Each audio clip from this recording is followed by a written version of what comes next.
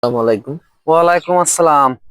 এই যে আমার এক কাকা, সে তার ভুঁই পরিচর্যা করতেছে, সম্ভবত কিছু লাগাচ্ছে এখানে।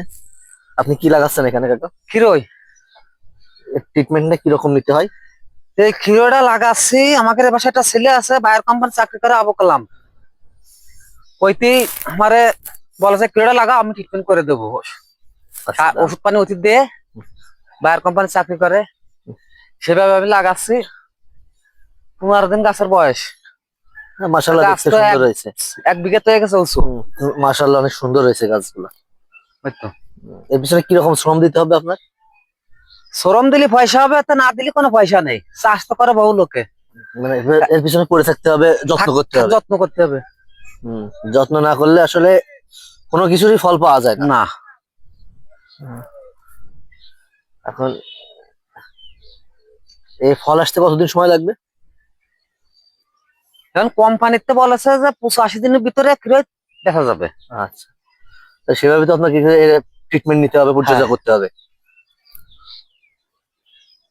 তাহলে আর না, 1 মাসের মধ্যে আমি ফল পাচ্ছি। হ্যাঁ, না মাশাআল্লাহ, আপনার গাছ খুব ভালো হয়েছে। আর ওই পাশে কি লাগাইছেন? ওইটা পুঁই শাক। এটা আছে যে মাটিতে যে পুঁইশাক লাগায়, ওই পুঁইশাক। ওই মাটির পুঁই শাক। আচ্ছা আচ্ছা।